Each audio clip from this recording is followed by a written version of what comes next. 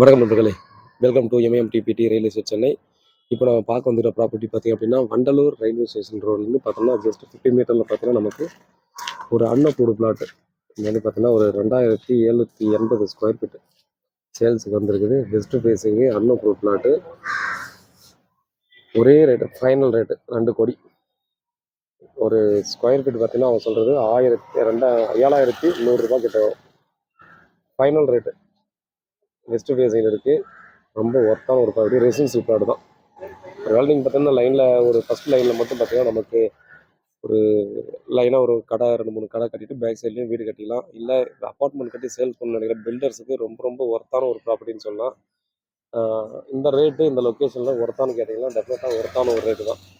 ஏன்னா Vandalur railway station சரௌண்டிங்கை பொறுத்த வரையும் பார்த்தீங்கன்னா பிளாட் கிடைக்கிறது ரொம்பவே அபூர்வம்.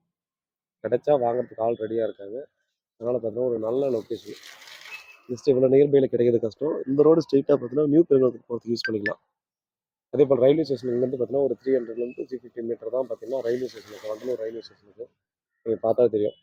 ஸோ வாலாஜாபாத் ஓரகடத்துலேருந்து வரக்கூடிய அந்த பிரிட்ஜ், வண்டலூர் ரயில்வே ஸ்டேஷனுக்கு பக்கத்தில் இருக்கு இல்லையா, அந்த பிரிட்ஜ் இதுதான்.